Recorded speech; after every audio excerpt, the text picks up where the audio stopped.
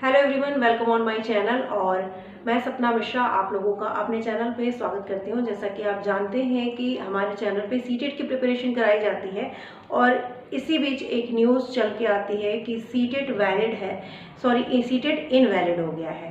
तो इस पे चर्चा करेंगे, साथ साथ आपका जो नेक्स्ट सीटेट है वो होगा या नहीं होगा, कब तक होगा, इस बारे में भी चर्चा करेंगे। तो इस वीडियो को अंत तक देखिएगा ताकि चीज़ें जो है, ये जो चल रहा है वो क्लियर हो जाए कि आखिर रियल में मैटर क्या है या किस एग्ज़ाम के लिए आपका सीटेट इनवैलिड होगा या वैलिड होगा। ठीक है, तो सीटेट कहाँ वैलिड है, कहाँ वैलिड नहीं है, इन्हीं बातों पे आज की ये वीडियो पूरी होने वाली है। तो पूरा डिटेल में समझिएगा कि सीटेट है क्या, और सीटेट के सर्टिफिकेट पे भी बहुत सारी चीज़ें ऑलरेडी मेंशन होती हैं जिनको शायद पहले किसी ने ध्यान नहीं दिया है या क्या है।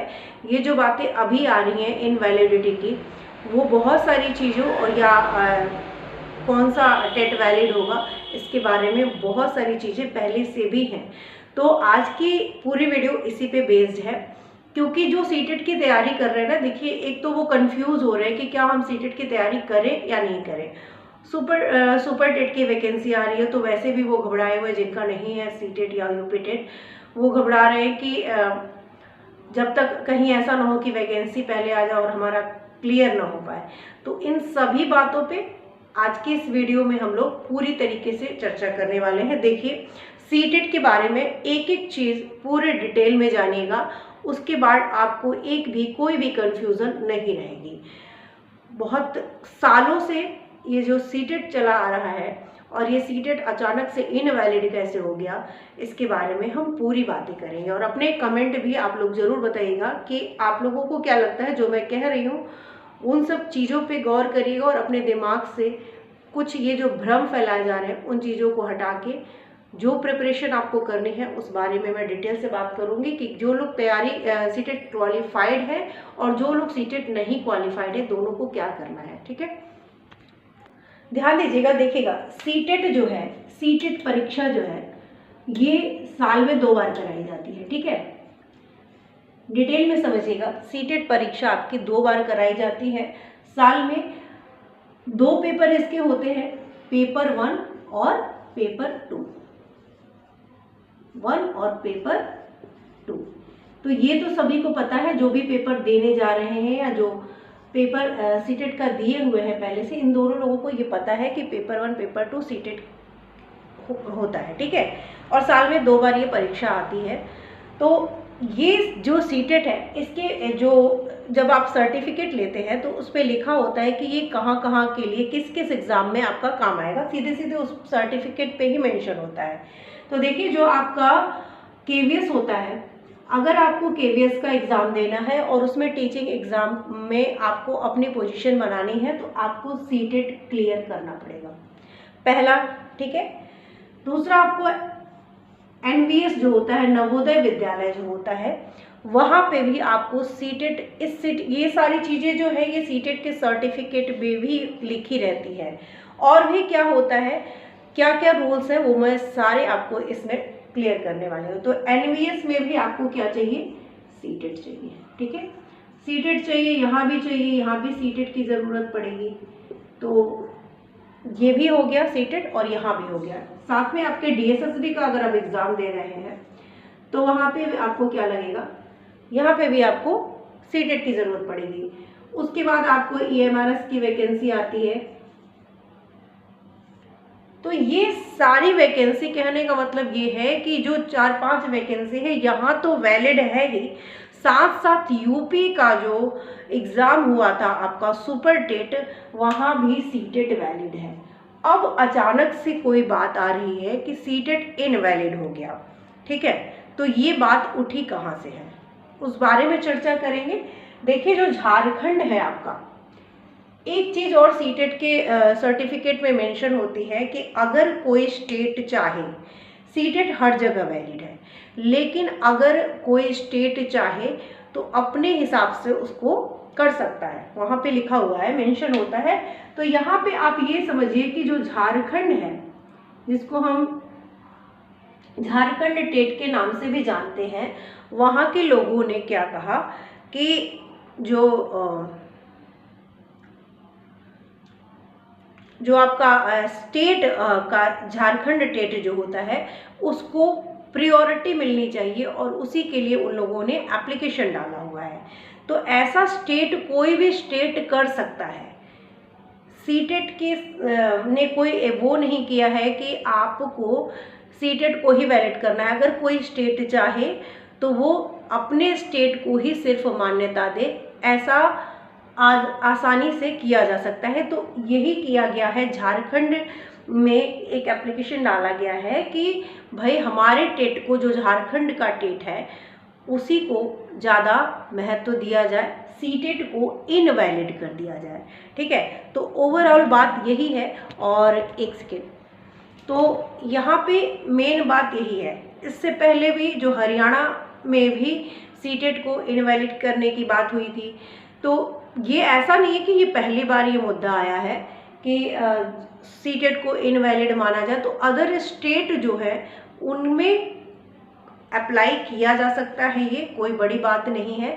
लेकिन यहाँ पे अगर इन चारों एग्ज़ाम की बात करें तो यहाँ पे आपको सीटेट की ज़रूरत पड़नी ही है। तो जो भी लोग सीटेट की तैयारी कर रहे हैं वो लोग सीटेट ज़रूर करिए, क्योंकि अभी कहीं भी किसी भी स्टेट ने ये नहीं कहा है कि आपको जो है, एक दो स्टेट के बाद किसी जगह पे अभी ये इनवैलिड सीटेट को कहीं से भी नहीं कहा गया है। तो सीटेट इनवैलिड है, ये बात दिमाग से बिल्कुल निकाल दीजिए। आपको ये अभी केवीएस का एग्ज़ाम आ जाएगा और वहाँ पे सीधे सीधे लिखा रहेगा कि सीटेट जिन्होंने क्वालिफाई किया है वही सिर्फ केवीएस का फॉर्म भर सकते हैं। पिछला उठा के देख लीजिए, अभी सीटेट को जो लोग भी क्वालिफाई नहीं किए हैं वो इन एग्ज़ाम को नहीं दे पाएंगे। तो आप लोग सीटेट का अगर एग्ज़ाम पास नहीं किए हैं तो आप अच्छे से तैयारी करिए। इन सब फिजूल की बातों को अभी हटा दीजिए। कोई भी स्टेट लागू कर सकता है कि हाँ भाई हमारा जो टेट है उसको ही आप अगर क्वालिफाई करते हैं तभी हमारे स्टेट के एग्ज़ाम में बैठ सकते हैं, ये हो सकता है, इसमें कोई बड़ी अब बात है नहीं। लेकिन यहाँ पे फिलहाल जो इन 4 वैकेंसीज़ हैं इनके लिए तो आपको सीटेट करना ही है। साथ में यूपी का जो सुपर टेट है उसमें भी आपको सुपर टेट, पहले जो है, जो इससे पहले जो सुपर टेट आया है उसमें कभी भी आपको सीटेट और यूपीटेट दोनों मांगा गया था। तो जो भी क्वालिफाइड होंगे दोनों लोगों को ही वैलिड माना जाएगा। तो आप यूपीटेट और सीटेट, हाँ ये चेंज हो सकता है, चेंज होने में कोई दिक्कत नहीं है कि हो सकता है कभी भी कुछ भी, डेली रूल्स बदल रहे हैं, सिलेबस चेंज हो रहा है तो कुछ भी हो सकता है।